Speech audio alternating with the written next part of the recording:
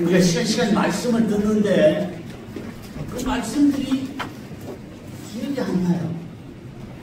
기억하려고 했을 필요 없어요. 말씀을 주실 때마다 말씀이 내 속에 들어가면서 내 영이 살고 내 속사람을 말씀이 만지셔서 그때마다 내 속에 씻어야 될 거 씻어주시고 치유해야 될 거 치유시켜주시고 내 속에 회복해야 될 거 회복해 주시더라고요. 말씀 다 기억할 필요도 없어요. 말씀 다 기억도 못해요. 그저 그때마다 주시는 말씀을 내가 붙들고 그때마다 주신 말씀을 나의 것으로 받으면 영이 살고 육도 잘 되고요. 인생이 열리고요. 가정이 잘 될 줄로 믿습니다. 때에 따라 주시는 말씀들이 내 영을 살리고 육을 살리고 인생이 열리고 가정이 살아나는 말씀이 되기를 축원합니다. 골로새 교회는요. 바울이 세운 교회가 아니에요. 바울이 간 적도 없는 교회예요. 주로 서신들을 다 바울이 세운 교회나 바울이 간 교회들에게 보냈는데 골로새 교회는 바울이 세우지도 않고 가지도 않았어요. 에바브라가 평신도 때 바울에게서 은혜 받고 자기 고향 골로새에 가서 세운 교회가 바로 골로새 교회입니다. 에바브라는 평신도입니다. 그런데 복음을 위해서 사도 못지않은 열정으로 교회를 세우고 그 교회를 돌보는 거예요. 물론 에바브라가 한 일이지만 하나님이 에바브라를 통해서 하신 일이에요. 결국은요, 우리가요, 이 세상의 모든 일들이 사람에 의해서 되고 안 되는 것 같지만 결국은 하나님이 하신 일이다. 때로는 사람들이 하나님의 뜻을 거스리고 불순종하고 딴 일로 가서 그렇지 결국 이루시는 분은 하나님이시다. 우리가 이것을 굳게 믿으시기를 바랍니다. 드러난 사람에게 너무 집중하지 말아야 돼요. 목회자든지 어떤 장로님이든지 어떤 권사님이든지 사람에 의해서 일이 되고 안 되는 게 아니에요. 결국은 하나님이 하시는 일이다. 우리 속에 분명한 믿음이 자리하시기를 바랍니다. 6절 보겠습니다. 이 복음이 저희에게 너희가 듣고 하는 일을 깨달고 너희 기도와 주의와 바울이 기도할 때마다 감사한다 그랬죠. 감사 이유가 바로 6절인데 3절을 한번 다시 보고 6절을 생각하겠습니다.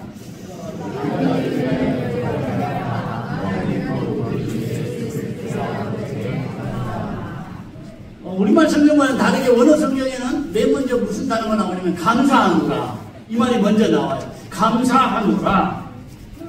우리가 너희를 위하여 하나님 우리 주 예수 그리스도의 아버지께 기도할 때마다 그렇게 같이 한번 읽겠습니다.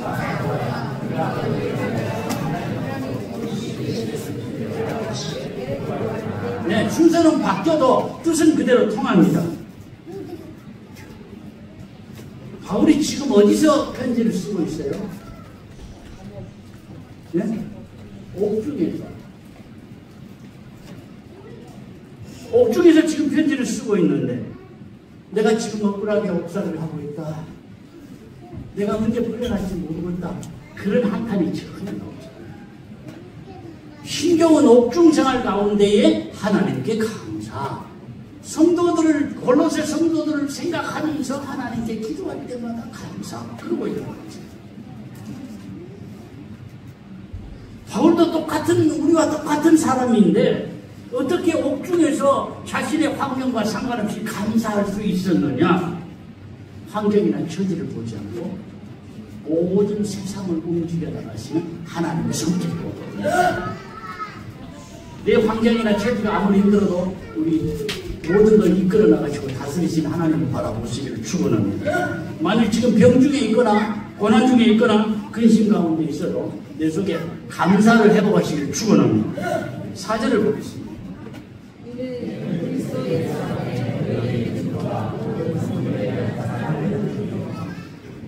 바울이 기도할 때마다 감사한 이유가 뭐냐? 두 가지를 말씀하죠. 첫째는 믿음, 또 하나는 사랑.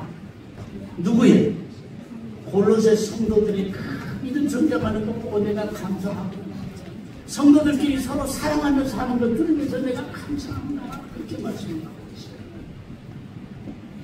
믿음과 함께 서로 사랑하는 모습을 주님이 제일 기뻐하실 것 같아요. 주님만이 아니라 바울에게도 기쁨이 되고 자기 자신들도 행복한 거예요. 확실한 믿음과 함께 서로 사랑하며 살면 주님도 기뻐하시고 목회자도 기쁨이 되고 우리 자신도 행복해진다니까요. 내가 믿음의 열매를 맺고 서로 사랑하고 나누며 살면 나도 기쁘고 주님도 기뻐하시고 우리 가정도 행복하고 교회가 은혜가 될 줄로 믿습니다. 모든 것이 누구로부터? 나로부터. 아멘. 불평이나 원망도 나로부터 시작되는 것이고 가정이 불행해지고 교회에 불화가 일어나는 것도 나로부터 시작되는 거예요. 기쁨과 행복과 교회가 은혜로워지는 것도 나로부터 시작되는 거예요. 깨닫지 못할 때는 어쩔 수 없었다고 할지라도 은혜 받고 깨닫고 나서는 내가 주님 기뻐하시는 길을 가리라 결단하고 사셨으면 좋겠어요. 디모데전서 1장에는 바울의 고백이 나옵니다. 내가 전에는 불쌍하고 박해자요 힘들었으나 우리 오늘 이것을 바울의 이 고백이요, 내가 깨닫지 못할 때는 어쩔 수 없이 비방자요 박해자요 폭행자로 살았지만 이제는 내가 믿고 깨달았으니 그 길을 갈 수가 없다. 단순히 지난날의 후회가 아니에요. 이제는 과거를 되풀이하지 않겠다. 그런 고백이고 결단이에요. 주님을 대면하기 전에는요, 그래도 나만한 사람은 없지, 그런 생각들 많이 합니다. 나만큼 잘 믿는 사람이 있을까? 나만큼 기도하며 사는 사람이 있을까? 나만큼 믿음 좋은 사람이 있을까? 그런 생각을 가끔 할 수 있습니다. 그런데 주님을 만나서 깨닫고 보면 내가 정말 큰 죄인이다. 이게 깨달아지네. 바울이 그랬어요. 바울이 누구보다 나는 열심히 있는 사람이고 하나님을 위해 일하는 사람이고 하나님을 위해서 예수 믿는 사람들 핍박하고 잡아 가두고 그렇게 했던 거예요. 심지어는 예수 믿는 사람들 때려 죽이는 일에 앞장을 섰다니까요. 모두가 자기 생각 때문이 아니었어요. 하나님을 위해서 그렇게 한 거예요. 하나님을 향한 믿음 때문에 그렇게 한 거예요. 그런데 주님을 만나고 깨닫고 보니까 나는 죄인 중에서도 제일 나쁜 그런 생각을 하게 되더라고요. 15절을 보겠습니다. 믿으다 사람이 하나님 말로 그리스도의 죄에서 죄를 구원하시고 세상에 죄인 중에 내가 제일 우두머리다. 제일 큰 죄인이다. 내가 조금 잘못했다가 아니에요. 나는 죄인 중에 제일 우두머리라고 할 만큼 심각한 죄인이다. 이런 깨달음이 저절로 온 게 아니에요. 16절에 보면은 주님께서 내가 깨닫기까지 오래 참으셨다. 그걸 말씀하고 있어요. 16절 같이 봅니다.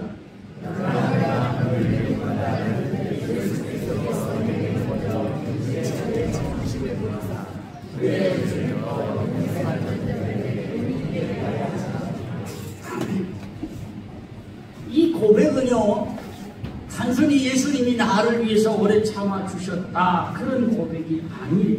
마지막 부분에 뭐라 그랬어요? 후에 주를 믿어 영생 얻는 자들에게 본이 되게 하려 하십니다. 아멘.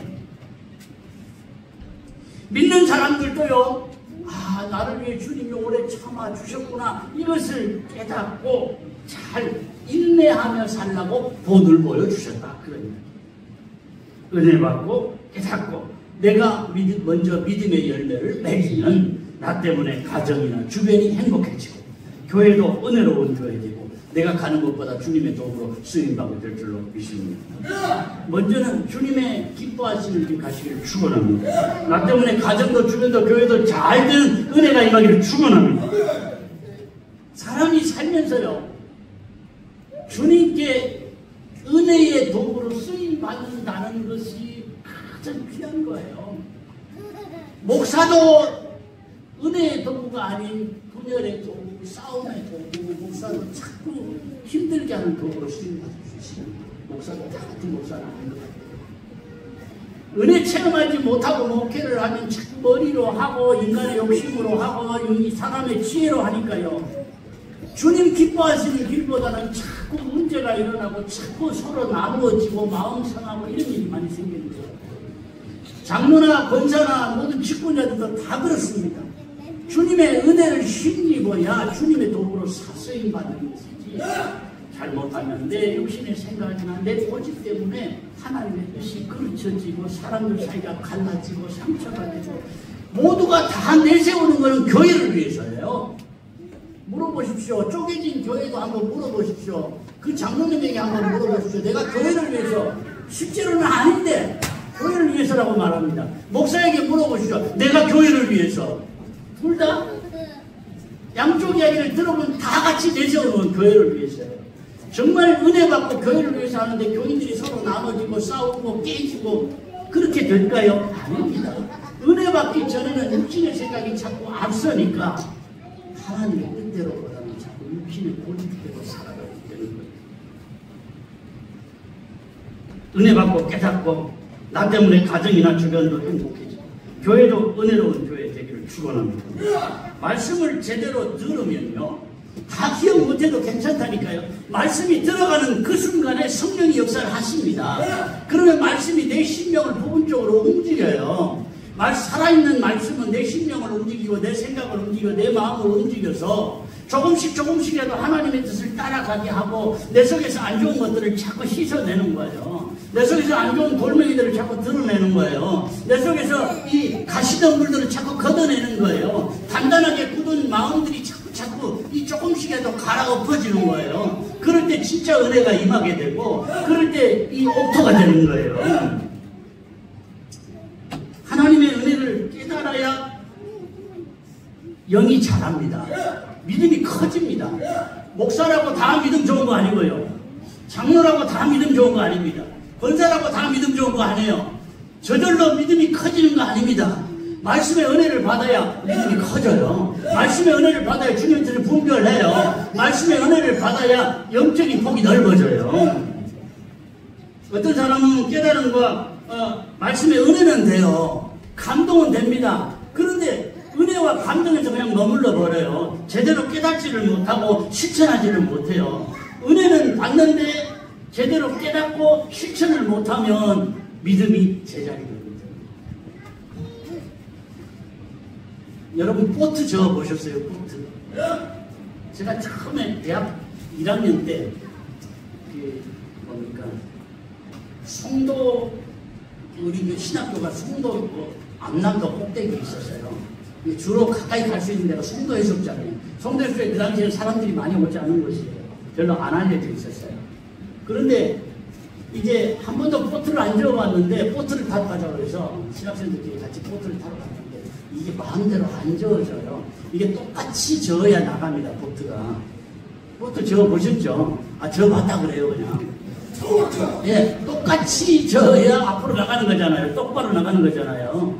그런데 이게 똑바로 안 나가요. 왜? 나는 똑같이 한다고 하는데 한쪽에 힘이 쏠리면 자꾸 이게 이 한쪽으로만 가요. 한쪽으로만 저으면 어떻게 돼요?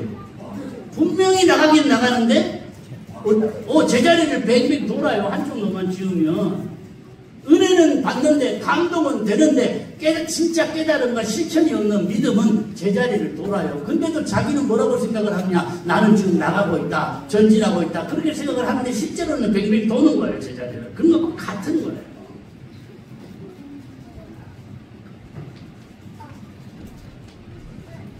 무엇보다요, 은혜 받고 깨달은 후에는 실천과 행함이 있는 믿음 되시길 축원합니다. 무엇보다 우리가 믿음 생활하거나 기도하면서 하나님의 마음을 안다. 이게 참 중요한 거거든요. 때로 열심히 기도해요. 간절히 기도합니다. 그런데 하나님의 마음을 전혀 모를 때가 있어요. 내 기도 제목에 너무 집착을 하다 보니까 나의 기도를 들으시고 보시는 그 하나님의 마음이 안 보여요. 주님 이거 어떻게든지 이루어주세요. 주님 어떻게든지 나에게 성취시켜주세요. 주님 나의 기도를 들어주세요. 여기에만 너무 집착을 하다 보면 나를 바라보신 하나님의 마음을 미처 보지 못할 때가 있더라는 거예요. 나의 기도를 들으시고 나를 바라보시는 하나님의 마음이 보여지길 바랍니다. 깨달아지는 은혜가 임하기를 축원합니다. 혹시라도 습관적으로나 형식의 메인 기도가 아닌 나의 기도를 들으시는 아버지 하나님께 한 걸음 더 가까이 그렇게 나가시기를 축원합니다. 하나님 곧 우리 주 예수 그리스도의 아버지께 감사하노라 그랬어요. 그냥 하나님께 감사한다 그래도 되는데 왜 우리 주 예수 그리스도의 아버지께 이렇게 복잡하게 이야기를 했을까요? 바울 사도가 이 편지를 쓸 당시에 골로새 교회 이단 때문에 힘들었거든요. 그래서 교인들의 믿음을 흔들어 놓은 그 이단들이 있었기에 바울이 에바브로를 통해서 골로새 교회가 성장해가고 성숙해 간다는 소식을 듣고 골로새 교인들을 믿음을 주시고 성장케 하시고 서로 사랑하게 하시는 분이 바로 우리 주 예수 그리스도의 아버지다. 이걸 강조하는 겁니다. 여러분 다른 사람보다 내가 더 믿음이 있습니까? 이상하게 나는 다른 사람보다 더 열심을 내네. 자꾸 주의 일이 하고 싶네. 더 기도하고 싶네. 이제 죽어도 하면 안 해요. 내가 참 믿음으로 살고 싶네. 내가 많이 헌신하고 싶네. 그런 마음이 든다면 그것이 뭐냐? 바로 그것이 하나님을 향한 감사의 제목이 되는 거예요. 나를 사랑하시기 때문에 나에게 은혜 주셨기에 여러분 믿음이나 열심이나 헌신의 마음이 그냥 드는 게 아니에요. 주님이 나에게 믿음 주시고 주님이 나에게 은혜를 주셨기에 내가 그런 마음이 드는 거라니까요. 마음 주신 거 감사하셨으면 좋겠어요. 나를 아들게 하신 주님께 더 감사하며 사시기를 바랍니다. 5절 말씀 보겠습니다.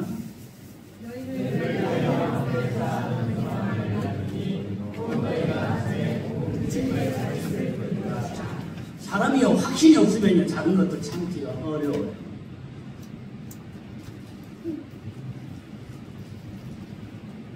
저는 기도원에 가서 집회에 많이 참석을 하겠습니다.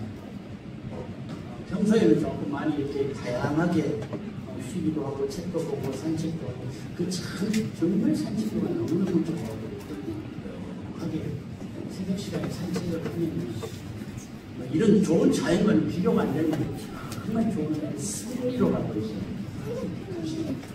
정말. 그래서 가끔 가다 집회도 한 번씩 들어가기도 하고 그래서 다양하게 보는데 숙소가 없으니까 너무 힘들어요. 외부에서 자고 들어가서 쉴 곳이 없으니까 의자에 앉아서 몇 시간 있는다는 게 정말 어렵거든요. 온몸이 다 뒤틀려요. 우리 예배 시간은 아무것도 아니에요.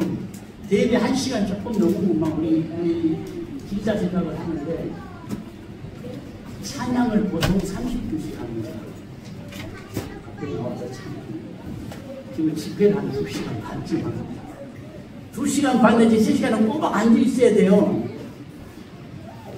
중간에 나가면 이 강사들에 다 보일 거 아니야. 아무리 많이 보여도. 그럼 얼마나 힘이 빠지겠어요. 강사가. 저 사람 은혜가 안 되니까 나가는 모양이다 싶으면 힘이 빠지니까 중간에 나갈 때 못하고 화장실도 못하고 2~3시간을 앉아서 지내는데 아무리 은혜가 되고 2~3시간 이렇게 앉아 있으면 온몸이 다 쑤셔요. 힘들어요. 그런데 저는 집회는 몇 번 안 들어갔어요. 집회 때 은혜를 받았다기보다는 거기에 온 사람들의 그 열정을 보고 야, 너 목사인데 그 마음이 목사도 피리 목사도 아니고 네가 벌써 목사 경력이 몇 년인데 사람들에게는 대우받는 목사인데 너 친구들이 어떻게 살았느냐 이런 강한 이 질책이 제 마음에 오더라고요. 물론 그 가운데는 목사도 있고 권사도 있고 이 형신도도 있는데 명찰을 다 이렇게 크게 붙이니까 알아요. 대부분 권사들이 많고 어떤 사람은 성도 이런 사람도 많더라고요. 성도가 휴가기간에 뭐하러 그런 데로 와요? 놀러는 가지.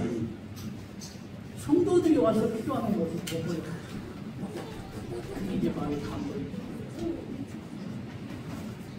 앉아있기가 그렇게도 힘드는데 2시간 반 3시간 앉아있기가 나도 그렇게 힘드는데 모두가 다 같이 은혜 받겠다고 주님을 향한 그 열정으로 그걸 같이 찬양하고 같이 아멘하고 같이 이렇게 손을 들고 기도하고 풍성 기도도 그냥 간단하게 하는 게 아니에요. 그 열정을 그 마음을 보고 그 간절함을. 왜냐하면 요즘에 그런 게 없어요. 어디 가도. 기도원들 다 못 닫아요. 안 돼요. 사람들이 안 모여요. 오사리 기도원도 마찬가지예요. 평소에 한 3,400명밖에 안 모여요. 제가 휴가철에 가보면 3,400명 정도, 한 2,000~3,000명 모여 홀에 3,400명 앉아있으면 정말 띄엄띄엄 헐비네요. 그렇게 앉아있어요, 보통. 근데 이번에 유달리 한 2,000명 정도가 모이니까요. 무슨 이유 때문인지는 저는 몰라요. 그런데 그동안에 한 3,400명, 많이 모여봐야 500명도 안 모였어요. 그렇게 모여서 그냥 띄엄띄엄 앉아서 그렇게 기도하고 찬양하고 뭐 그렇게 하던 사람들이 각지에서 한 2,000명 정도 몰려가서 기도하고 간절히 구하는 그 모습이 저에게 너무 감동이에요. 하나님께서 이 나라의 민족을 불쌍히 여기십니다. 그래서 평신도들을 통해서 저렇게 다시 한번 기도의 열정을 회복하게 하고 은혜를 회복하게 하고 하나님을 향해 간절히 구한다는 것 자체가 지금 기도원 시대는 아니에요. 목회자들도 기도원 안 갑니다. 요새는. 인터넷에 얼마나 풍성한 자료들이 많고 얼마나 좋은 것들이 많아요. 기도원에 가서 애터지게 기도하려고 하는 사람이 거의 없어요. 그런데 평신도들이 저렇게 하는 거 보니까 하나님이 이 나라를 살아계십니다. 저들을 들어 쓰시는구나. 그렇다고 하면 목사님 나는 더더욱 주님께 쓰임받는 내가 되어야 되겠는데, 그리고 내가 살아서 어떻게든지 우리 성도교회 식구들이 주님께 쓰임받는 축복의 도구로 쓰임받게 해야 되겠는데, 요 강한 사명감이 다시 한번 저에게 가서 얻은 건 별로 없어요. 주님께서 이 한 가지를 저에게 주신 거예요. 주님, 내가 먼저 살았어. 살리게 하옵소서. 말씀으로 가정들을 살리고, 말씀으로 교회를 살리고, 말씀으로 주변을 살리고, 말씀으로 이웃을 살리게 하옵소서. 하나님께서 말씀을 통해서 한 사람 한 사람을 살리시고, 말씀을 통해서 한 사람 한 사람을 더 성장하게 하시고, 말씀을 통해서 가정을 살리시는 그런 역사를 이루게 하심을 다시 한번 깊이 우리 마음에 새기셨으면 좋겠습니다.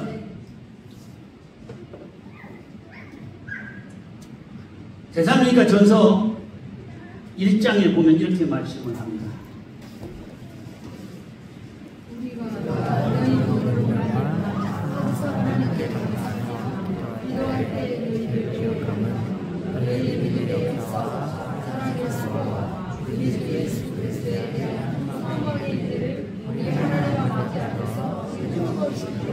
아멘. 믿음의 역사, 사랑의 수고, 소망의 인내, 세 가지를 말씀하는 거죠. 바울이나 데살로니가 교회만이 아니라 오늘 믿는 우리에게도 같은 소망을 주셨습니다. 바울은 이런 고백을 했어요. 디모데후서에서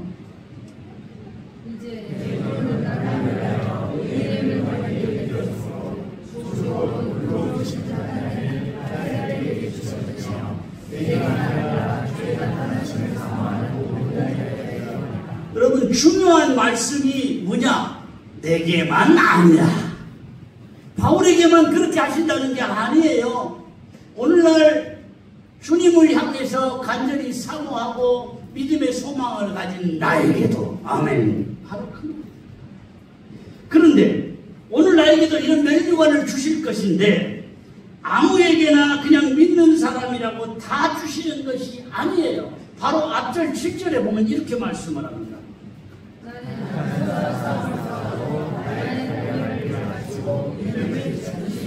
바울이 한평생 변함없이 한결같이 말씀에 사로잡혀 살고 주님의 손에 붙잡혀 산 것처럼 나 자신이 선한 싸움을 잘 싸웠고 주님의 손에 붙들려 끝까지 믿음 잘 지키시기를 바랍니다. 9절을 보겠습니다.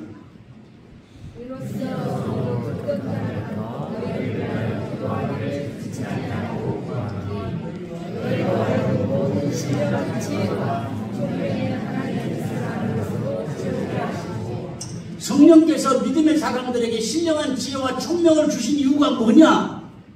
뭐라 그랬어요? 하나님의 뜻을 알게 하세요. 하나님의 뜻을 알아야 실천하고 행할 거 아니에요. 문제는 하나님을 위해서, 교회를 위해서라고 하면서 결국은 교회를 쪼개고 나누고 마음 상하게 하고 힘들게 하는 그런 거 하지 말고 하나님의 뜻을 제대로 알고 하나님의 뜻을 제대로 실천하고 행하며 살아라. 그런 이야기죠.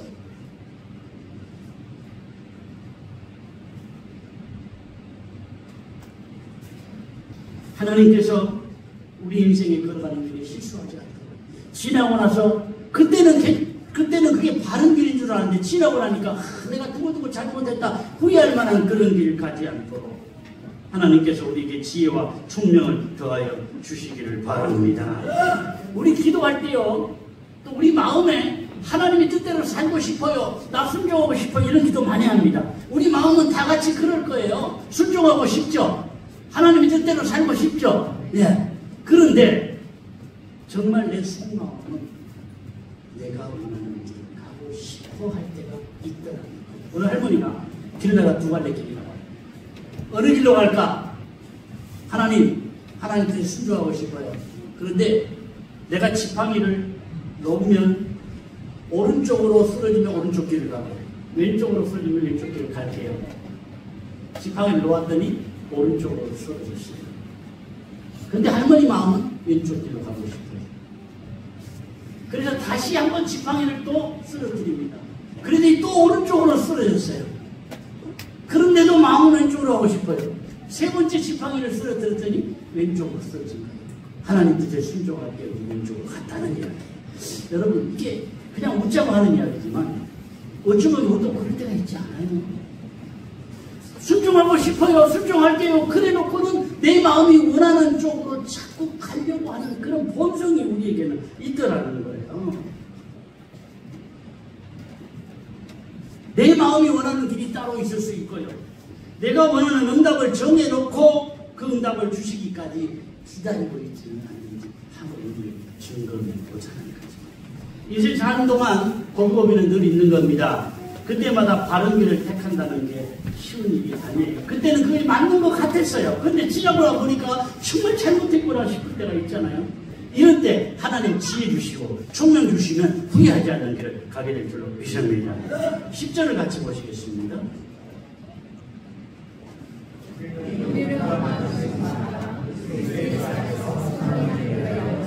아니. 그 앞에. 그 앞에. 10절 죽기 합당하게 해요. 없나요? 10절 빠졌나요? 제가 읽어드릴게요. 죽기 합당하게 행하여 범사에 기쁘시게 하고 모든 선한 일에 열매를 맺게 하시며 하나님을 아는 것에 자라게 하시고, 하나님의 뜻을 알고 합당히 행하면 그 자체가 하나님을 기쁘시게 할 뿐 아니라 환경에서도 하나님이 열매를 주실 줄로 믿습니다. 요한복음 6장 38절에 보면 같이 보겠습니다. 내가 하늘에서 내려온 것은 내 뜻을 따르는 아니요 나를 보내신 뜻을 따르라. 여러분, 우리 인생 살면서 가장 보람 있고 두고두고 후회하지 않는 길이 뭐냐? 하나님을 기쁘시게 하는 길이에요. 지나고 나서 후회가 없는 일이 나의 뜻보다 하나님의 뜻이 나의 뜻이 하나님의 뜻보다 앞서지 않기를 바랍니다. 무엇이 선입니까? 하나님 기뻐하시는 게 선이에요. 하나님 보시기에 좋았더라. 하나님만 좋아하시는 것이 아니라 이 하나님 보시기에 좋은 길을 가면 나도 복이 되고 기쁨이 되고 나만 좋은 것에서 끝나지 않고 가정에도 좋은 일들을 주시고 자녀에게도 열려지고. 아멘. 에베소서 2장 10절에 보면 이렇게 말씀을 합니다. 우리는 그가 반드시 가나 그리스도 예수 안에서 선한 일을 위하여 지으심을 받는다니 이 일은 하나님이 저에게 예비하사 우리로 그 가운데서 행하게 하려 하시니라. 선한 일을 위하여 지으심을 받은 자니 누가요? 내가, 나 자신이 믿음으로 살기를 원하고 하나님 기뻐하시는 길을 가기를 원하는 나 자신이 선한 일을 위해서 지으심을 받은 자다. 나를 만드시고 부르신 목적이 선한 일을 하라고. 내가 선한 일 하도록 내 속에서 먼저 선한 일을 시작하신 이가 하나님이시라는 거예요. 빌립보서 1장 6절에 보면은요, 너희 안에서 착한 일을 시작하신 이가 그리스도 예수의 날까지 이루실 줄을 확신합니다. 여러분, 이 착한 일이 뭘까요? 내 안에서 착한 일을 시작하신 이가, 내 안에서 착한 일을 시작하셨다 그랬는데 내 안에서 착한 일을 시작한 그 내용이 뭘까요? 윤리적으로 착한 일, 선한 일이 아니에요. 바로 우리를 위해 독생자 예수님을 이 땅에 희생 제물로 주신 것이 바로 하나님이 하신 착한 일이에요. 우리 구속을 위해서 세크리피스, 이거는 희생하다, 희생물, 제물 이런 뜻입니다. 예수 그리스도를 세크리피스로 주시고,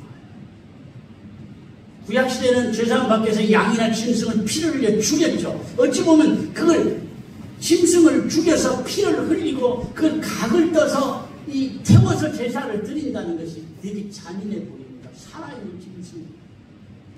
그런데 그 제물로 예수님을 주셨다는 거예요. 세크리피스는 생명입니다. 이제 하나님께서 우리에게 이 응하시는 선한 일이 바로 세크리피스. 복음을 전하고 내가 헌신하고 이웃을 돌보고 물질을 드리고 이것이 내가 드릴 세크리피스입니다.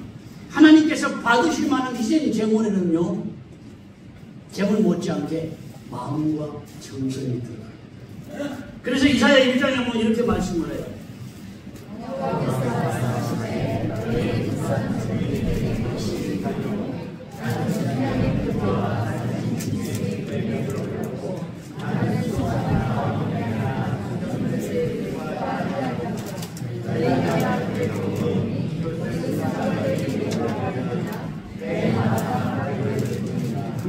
내가 하나님 앞에 뭘 드렸다, 내가 제물로 드렸다, 이게 중요한 게 아니고요. 그 제물에 담긴 내 마음, 내 정성이 정말 중요하다는 말씀입니다. 무엇보다 우리는요, 마지막에 뭐라고 그랬어요? 헛수고하지 말아라. 니들이 아무리 그래도 내 마당만 밟을 뿐이야. 헛수고하지 마라. 여러분, 우리 믿음 생활이 정말 알맹이를 놓친 마당만 밟는 믿음 생활 되지 말아야 돼요. 같이 한번 고백합니다. 아버지,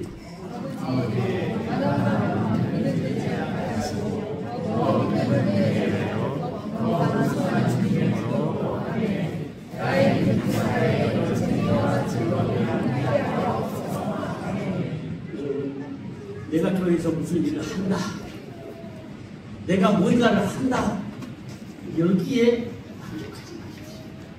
무엇을 하느냐, 얼마나 많은 일을 하느냐, 이거보다 중요한 것이 알맹이, 주님이 받으시는 세크리피스, 주님이 받으시는 제물.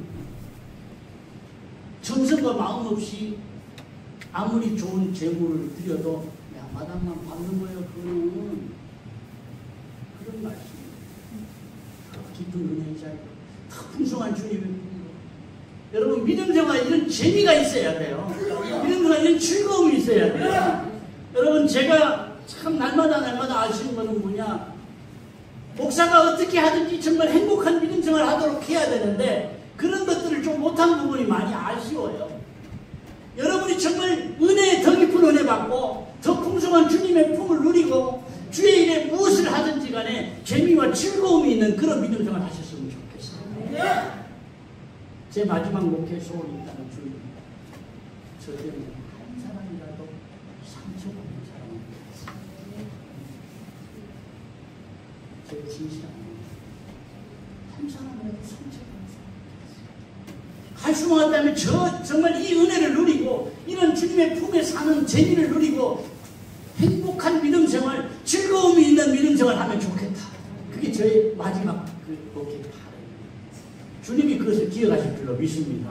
앞으로 우리 교회는 더 은혜로운 교회, 더 즐거움이 있는 교회, 행복한 믿음 생활하는 교회, 그렇게 되기를 축원합니다. 같이 한번 고백하고 마치겠습니다. 아버지,